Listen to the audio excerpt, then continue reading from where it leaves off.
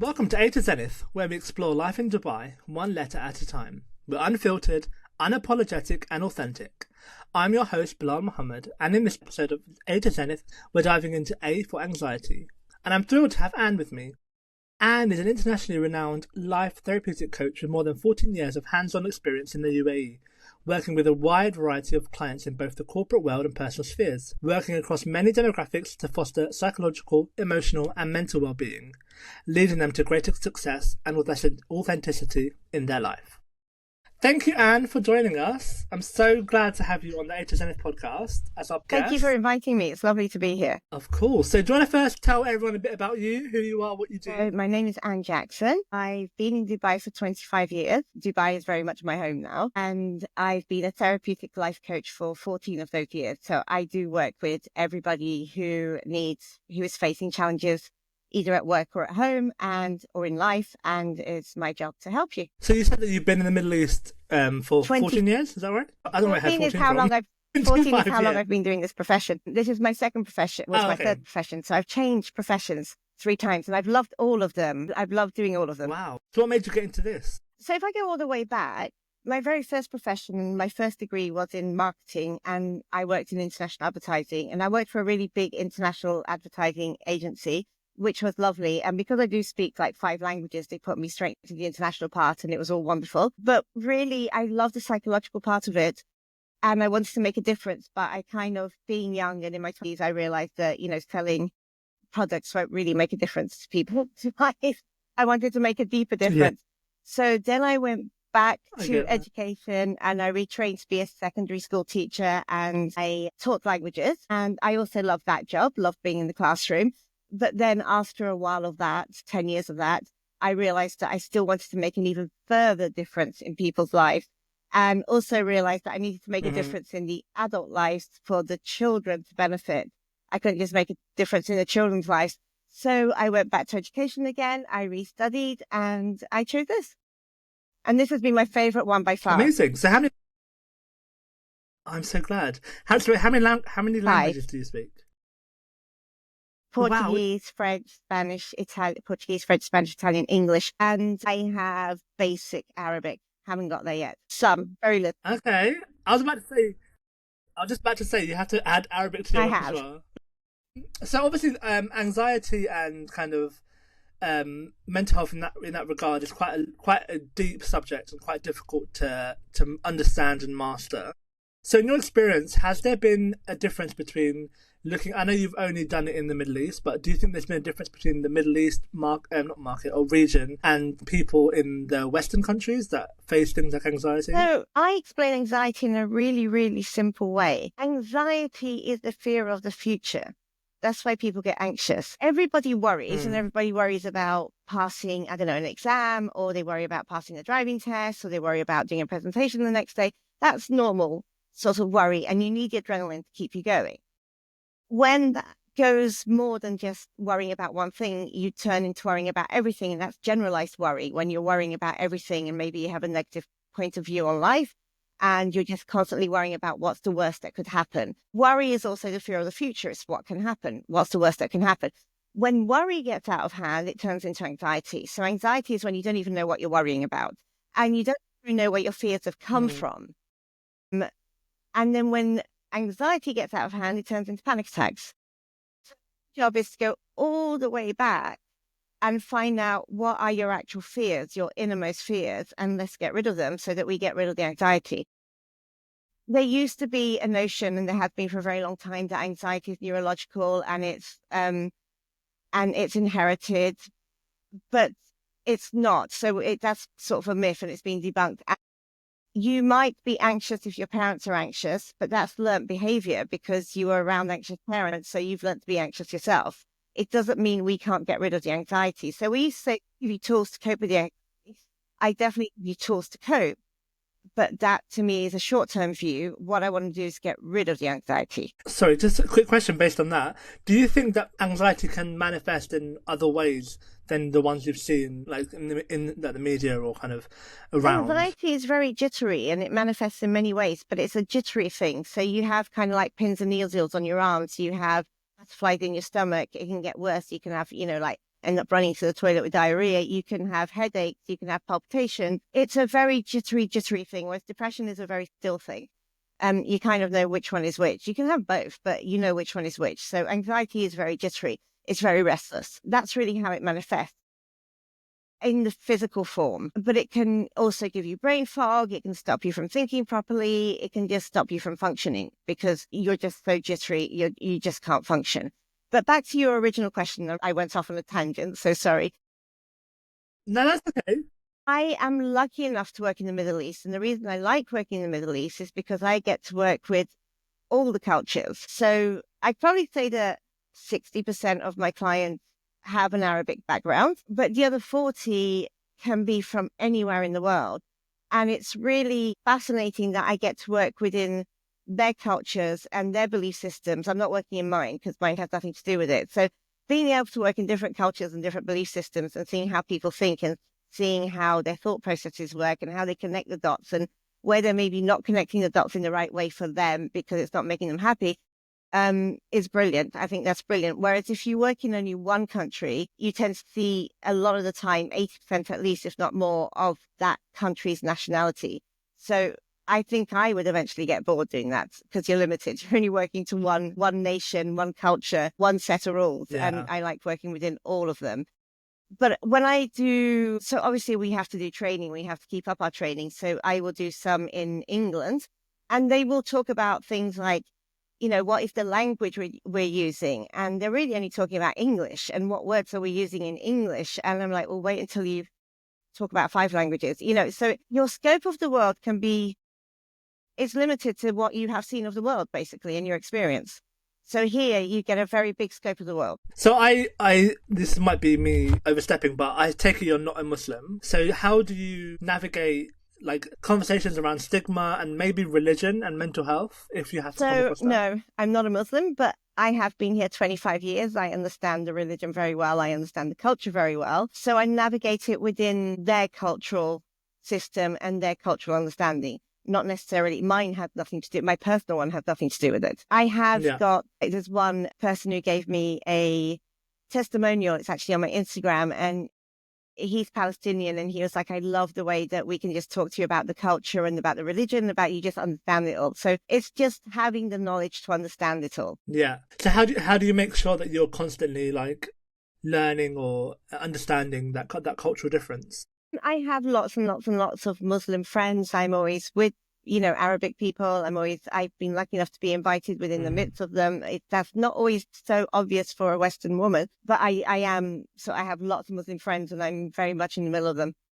So you just pick it up as you go along. Yeah, I totally get that. I think, so one thing, me being of South Asian heritage, I think that mental health sometimes has a stigma attached to it. Sometimes parents don't really understand the impacts of mental health or they don't really see the importance of it. So how do you, as a practitioner, kind of ensure stigma is left out of the conversation? So I suppose I'm lucky enough that the person that has come to me has already gotten over some of the barriers of stigma because they're actually here, you know, in front of me.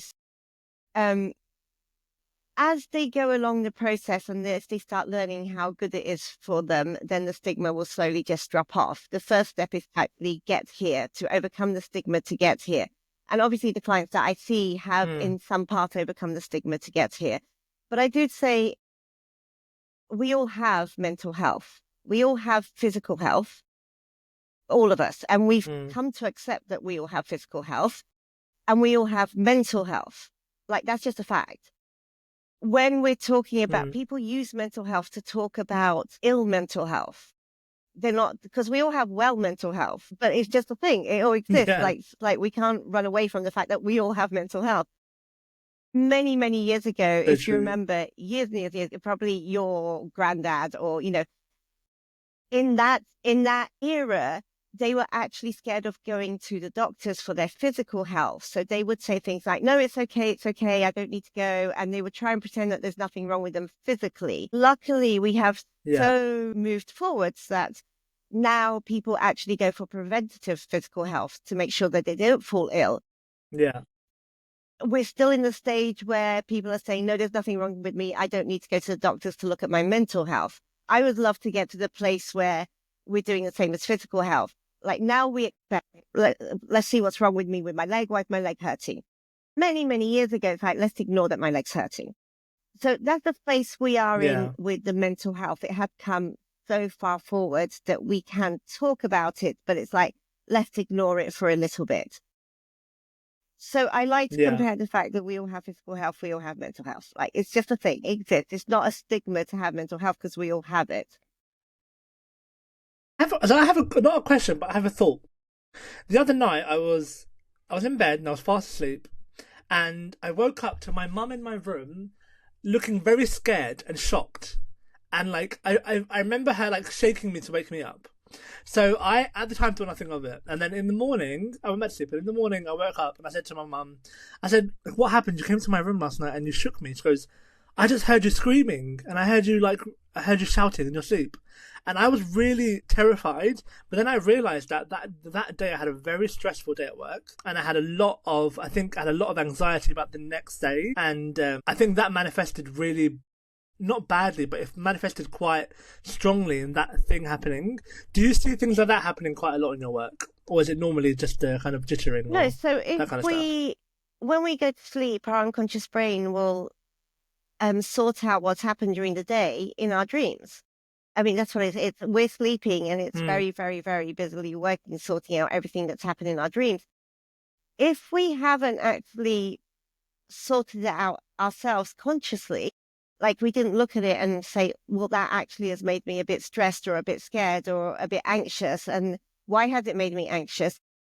How can I deal with the anxiety or deal with the stressfulness? If we don't do that and we decide, oh, it'll be okay, and we go to sleep, it's going to manifest in your dreams. So you may well scream or you may cry or speak or talk or anything you want because it's manifesting in your unconscious whilst Hmm. you're asleep. So it is better to deal with it whilst you're awake so that it's not happening in your sleep. Yeah. But I actually don't think I realised that I was feeling really anxious. I actually don't think it came across my mind until that happened. The next day I thought, actually I was quite anxious. I was quite Well, apprehensive then the that's next day. your mind telling you. That's actually a good thing. Your mind Mm. is saying to you, like, you were quite anxious, so let's go do something about it. So that's a good realization, not a bad Yeah. realization. We're all going to get anxiety is normal. Certain amounts of anxiety Mm. is normal. Like I said, if you are going to, I don't know, if you're doing a TED talk in front of 500 people, if you don't have a certain amount of adrenaline going around you, a little bit of anxiousness, before you go on stage, you're not going to have that oomph and that energy. So it's normal. The same Yeah. as feeling sad is normal. If you're not, I don't know, God forbid that somebody in your family should pass away, if you're happy at the funeral, there would be something wrong. You're meant to be sad. Yeah. But people Definitely. run away from negative emotions, and negative emotions are there to inform us as much as happy emotions are there to inform us. We're all quite good at, laughing at something that's funny or smiling when we feel good. We are meant to feel sad Mm. when something is bad, and we are meant to feel a little bit Definitely. anxious when we're facing something that maybe we haven't faced before, or a problem that we haven't solved before, or something we haven't seen before. So yeah, I think that's so true. I think one thing that I find really interesting about your current job in your career is that you also work on like coaching and life coaching. Is that Yeah. fair to say? So how do you see the role of life coaching helping to manage anxiety, if at all? So to put it really, really simple, this is simple. When therapeutic coaching means that we do therapy and coaching combined. When we're looking at therapeutic tools, we're looking at where are you now and what's happened in the past. It can be the near past or the distant past that has caused you to have negative thought patterns or negative emotions that you're still carrying with you. So that's the past. When we look at life coaching, it's like, where are you now and where do you want to go to? And how do we put those stepping stones in place to get you there? So if you know how your life is mapped out and if you more or less have a clear way, which people do so often at work, they have goals for their work, they have objectives for their work, but they forget to do it with life and they kind of just let themselves be rolled about like leaves in life, like see where life takes you. But you can actually have goals and objectives in your life to know where you want to get to. And if you have that, obviously that's going to decrease part of your anxiety because you feel so much more in control of your life. And I don't mean control in the bad way. I mean control in the good way. When you let go of control is when you get control, if that makes sense. So when you know yourself, so one of the things in coaching I work with is your values. Most people do not know their values. They only know about 4 or 5 if I ask them. When you know your values, what they actually are, is quite a big job. But my clients will say to me, the life before the values work and life after the values work. You then know where it is you want to get to in life, and you're going to get there. So that's going to take away part of your anxiety, because you then know where you're going. You're not just being rolled about like a leaf. And then your fears usually come from whatever's happened in the past. That's what's informed how to be fearful. It might be that you grew up in a household where everybody was fearful. There are lots of tools, and I would give you tools according to what your anxiety is and how that's manifesting. So I wouldn't want to give generalized tools, even though they do exist. One of the ways is so usually anxiety comes from thoughts that something is going to go wrong. Yeah, you're fearful of something that is going to go wrong, or you don't even know what's going to go wrong, but you think something's going to go wrong. So you might not actually know what the thought is or what's going to go wrong. But if you do know what the thought is, like, I don't know, I'm going to screw up on this, or I'm going to fail, or I'm not going to do it, or it's not going to happen, you can literally, sometimes what we do is we jump on that thought. So I'm going to fail my exam. If I fail my exam, I'm not going to get to university. If I don't get to university, I'm not going to have a good job. And then I'm going to end up being really poor and living under a bridge. And it just goes on and on and on. You know how it spirals. So to stop it from spiraling, a very simple tool, but it's very short term, is to say to yourself, so be nice to yourself. Don't talk to yourself in a horrible way. Because people have the habits of sort of saying, oh, for God's sake, just pull your socks up. This isn't helpful. So to say, thank you for that thought, but I don't need it right now, and park it and go do something that's very, very in the present moment. So I don't know, look at the tree outside and count how many leaves there are on it. Wow. Or look at the task in hand. So you thank yourself for that thought, but you do not jump on it. And that takes practice. But you're also being nice to yourself. You are thanking yourself for it, as opposed to say, oh, don't be so stupid, pull your socks up. How could you think like that? Or you're such an idiot. That actually only makes the anxiety worse. So a very short-term tool and a very quick one is to say, thank you for that thought. I don't need it right now. And be mindful, as in be present. That's one way. Another way is to look at what it is you're being anxious about, and then look at the evidence that tells you that what you're thinking is not necessarily true. So when people come to me and they're really scared that they're going to lose their job, and if they lose their job, they're not going to get another job, and it's all going to be terrible. One of the questions I'll say is, when was the last time you were out of a job and you didn't work? And a lot of them will say to me, well, never. Exactly. And I was like, well, you were never out of a job. So what is the likelihood that you will be out of a job now? Yeah. The likelihood is 0. So the likelihood is that even if you do lose the job, you will find another job. Do you have like success stories of where this has worked that you could potentially share? Loads. Lots and lots and lots. I've been doing this for 14 years, so lots and lots and lots and lots. People come to me usually with one thing that they want to fix. We know very much that it's never really the first thing, it's usually the second thing. So our job is to listen for what you don't say, not necessarily listen for what you do say. But somebody might come to me because they really are not enjoying their job. But we'll then discover that actually they're not enjoying the whole of their life and it's just their job. So then I will look at somebody's life in its entirety, not necessarily just their job. I mean, there are people who love all of life, but not the job. So yeah, I've had people who have changed careers. I've had people who come to me because they're, in society's terms, very successful. So they're a successful surgeon, or they're the head of an international bank. I've had all these people, but they're absolutely unhappy because they don't like their job.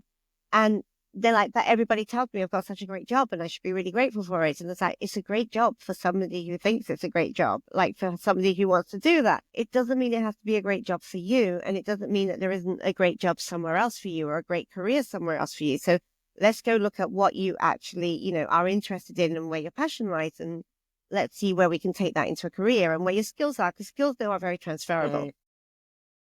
So yes, I have a lot of people have changed careers successfully. I've had people who come because their limiting thought patterns is they'll always have a job, but they'll never have a partner. And then I'll have somebody whose limiting thought patterns is they'll always have a partner, but they'll never have a job. And it's really what people's limiting thought patterns are.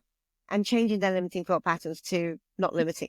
I find it really, really interesting when I get people from the same profession and they're in the same job. So I don't know, for example, somebody who is in oil and gas, a man who's in oil and gas, and he believes he'll never get a partner and he has to chase a partner around the world. And then there's somebody in oil and gas who believes that they'll always have a partner, but they'll never get another job in oil and gas. And I'll talk to the one about who's chasing the partner around the world. And I was like, what about your job? And they're like, oh, my job, like, I'll just get it. You know, it's easy. I can change job. It'll just happen.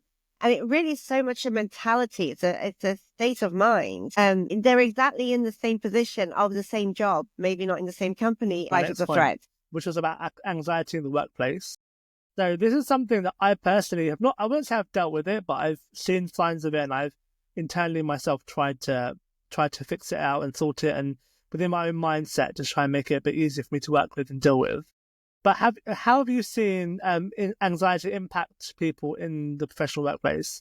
And how does it normally manifest, would you say? It impacts people when either they do not have the tools to do their job, or they do not have the environment to do their job, or they are masking, and you don't have to be necessarily neurodiverse to mask, like lots of people mask. So they're masking and pretending to be someone else, and they're scared that somebody's going to find out that they're not actually the person that they're pretending to be. I don't mean they're pretending to be Jack when they're Jill, or, you know, John when they're David. I mean, they're pretending to be really confident and know it all, but actually inside they feel like they don't. So it can be an internal anxiety. It can be an external anxiety. If you're coming into a workplace that is toxic and the management isn't that great, or they haven't got it really depends what it is. It's not just, you know, it's not like saying this is a bunch of grapes in the workplace. How are we going to eat these grapes? It's really individual to that person as to why they are having that anxiety. If they are in a workplace that doesn't suit them and doesn't suit their values and doesn't suit their own surroundings, well, then maybe that's not the workplace for them. So that's why they're feeling so anxious, because they're walking into an environment that's not really for them. If I walked into if I was to walk into a very tech environment where people are just talking tech, like my son, I know it very well, I would probably be anxious after a while, because that's not my environment, you know, and I wouldn't want to be there. And then you start feeling, I don't actually want to be here, but then I don't know what else to do. I don't know where to go. If you walk into a place where people are being micromanaged and there's no trust in the workplace, then you're going to be anxious about how are you going to be treated the next day, or how, you know, if you happen to have one of these bosses that aren't very cooperative or aren't very understanding or don't have any sort of empathy or emotional intelligence and telling you what to do and how to do it. So do you have some tips for people who are trying to navigate maybe a toxic workplace, or a situation where they can't really thrive? Because I don't know about you, but I've seen a recent, like, not kind of trend, but like a recent movement where people they call it quiet quitting. So, for example, they'll quit. They won't tell anyone they're going to quit. They'll just deal with the feelings internally, and then they'll end up quitting at a time when no one really sees it, because they don't really voice anything or vocalize anything. And then during the time that they're about to leave, they don't do any work. They just are very unmotivated. And obviously, that's not the best state to be in.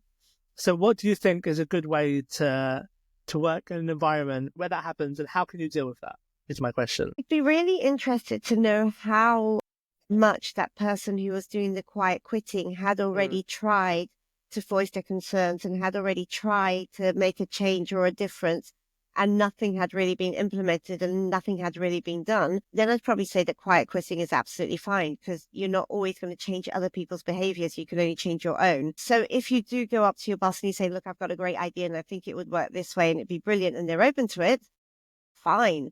But if they're going to cut you down, you're going to eventually quiet quit. You know, you can't necessarily change other people. It doesn't matter how much you scream and shout and jump up and down. You can't change them. So it really depends on your environment, if it's open to change and open to receiving you or not. It's very generalized, and I am talking in a very generalized way. Some environments are open to having feedback even when you leave. They want your sort of outboarding feedback. And some environments, there's absolutely no point in giving that feedback, because it's going to go nowhere. So it's what protects you at the end of the day. So I'd like to move on to something a bit more fun and lighthearted. So every episode of A-Zenith, we do I call it a fun segment. I don't know what else to call it, but I'll call it that for now. So this one, for you, I've called it anxiety myth busting. So I'm going to read you a myth that people have sent in to us or we've seen, and I would like you to just expand on it and bust the myth, if it's a myth in your eyes. And so myth number 1, anxiety is just a weakness. No. Anxiety is very, very normal. We all have it. It's literally the fear of the future. Some people, because of their environment, how they were brought up, or no. I think, and people who have come to me to do therapy with me will literally say everybody needs it. Like everybody, you don't need it, you want it. It's brilliant for you. So I'd say everybody come. I'll give you an example. I had a client who basically became a millionaire at the age of 24, and he had done all his life goals at the age of 24. Extremely happy guy, extremely successful. But he was like, okay, what do I do now? Where do I go now? What do we do? So that's a happy client. Like it was so fascinating to figure out what do we do now that's going to give purpose and meaning to his life. Mashallah, as you say, but that's brilliant. Wow. But just making money is hard, isn't it? You can't overcome anxiety without medication. Of course you can. You definitely can. When it is at such a high level that you cannot function, we're talking about high level. Like, I don't know, you could be in a war zone, you could be taken hostage by people. Like, we're talking about high anxiety. Medication does help because it sort of flatlines your emotions. So you're like, but the anxiety is overcome by figuring out what you're scared of. I thank you for that. That was really helpful and insightful. And to finish off this podcast, I want to ask you 5 rapid fire questions for you. So, first one, what's your go-to song to help boost your mood? I'm not a really song person. Oh, really? But mine is so cheesy, but I actually don't care. Here Comes the Sun. Here Comes the Sun. Yeah. Love that song. Which is? If I need a song to boost my mood, it's always Chandelier by Sia. It's like pumping. I love that song too. Moving, I love that song. Okay, next one. If stress was a superhero, what would the superhero be? Actually, change that. If stress was a supervillain, what would it be? If stress was a supervillain, Superman. The person who has the kryptonite or whatever in Superman. You know, just the baddie in Superman. Okay, nice. What's the most unusual self-care habit you have? I'll tell you mine as well.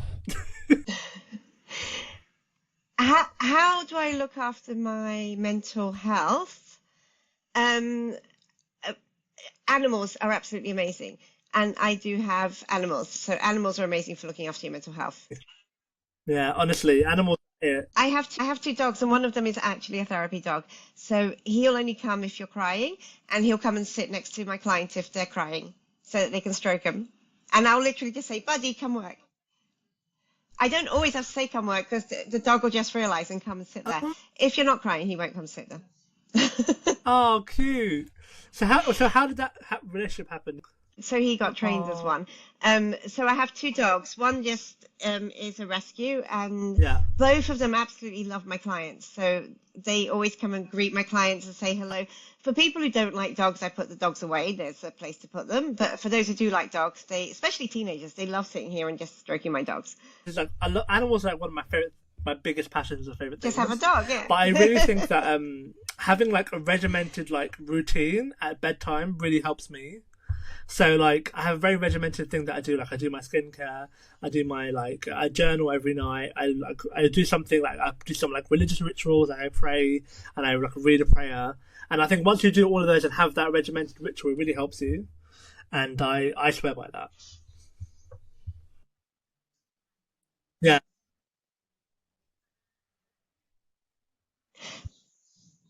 That is called sleep hygiene. Yes, and sleep hygiene is very, very good. Doesn't work for everybody. Exactly. So penultimate question. If you could give one piece of advice to your younger self, what would that be? I was doing that the other day. It will be okay. Life will be okay. It will turn out exactly how it's meant to turn out. Yeah. Oh, I love that. And last one, which mental health do you wish people would stop believing? That you're broken. You're not broken. Yeah. You might be a little bit shaky, but you're not, or that, whatever he's gone through is so Yeah. terrible that you'll never get over it. I see this on the news, on TV. It's like, oh, that was so bad. They'll probably have to live with that for the rest of their life. No, you don't. You can get over anything with the right help. Yeah, yeah. But what you can't do, as much as you can't say, oh, my car's broken, I'll just take it to my nan to fix it, or I'll just take it to my aunt to fix it. Exactly. If you have mental health challenges, Yeah. you can't just take it to your nan or your aunt to fix that either, because they're not trained in it. They're probably lovely people and we respect them, but they're not trained in it. So True. But the older generation are very much like, just keep it to yourself and don't think about it. yes. But even in the younger generation, they sort of say things like, oh, I've gone through this. And sometimes you can't see that. How could you Yeah. ever get over something, in your head? It's like, how could you get over that? Are there any final thoughts you'd like to share about tackling anxiety and prioritizing your mental health? Prioritizing your mental health, I would say do some preventative measures so that your mental health doesn't go bad or down the challenging way. Amazing. And how do people find you? If they want to find out more about you, tell everyone how they can get in touch with you. I have a website which is called One Life Coaching ME. ME stands for Middle East. So One Life Coaching ME, you can get on my website. I have One Life Coaching ME as Instagram. I have One Life Coaching ME as Facebook, and I am also on LinkedIn as Anne Jackson. If you happen to be in Dubai, you can come and see me face to face. I much prefer face to face clients, but you would just get on the website or send me a DM to say that you would like to book in, and you just book in. I don't make people pay in a whole package because I don't believe that there is one size fits all. So I would charge you session per session.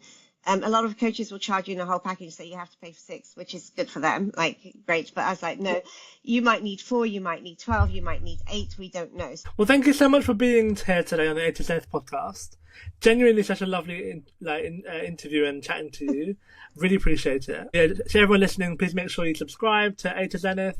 All this great podcast coming out every week. We're starting our new season very soon. So yeah, keep updated. Keep your mental health in check. Make sure you're always checking and looking for signs of how you can help yourself be a better person. So thank you for listening, and see you all next time.